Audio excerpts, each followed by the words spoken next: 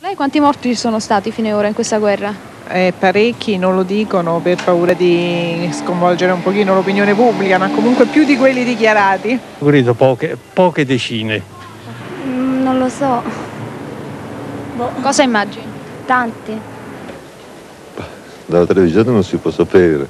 Saranno sempre più di quelli che ci dicono, ovviamente.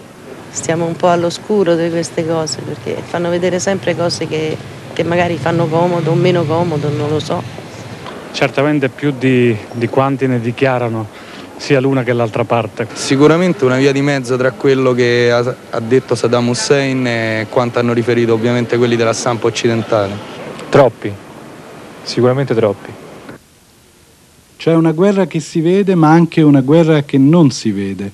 Comunque la pensiate, appuntamento a Samarcanda, giovedì, ore 20:30, Rai 3.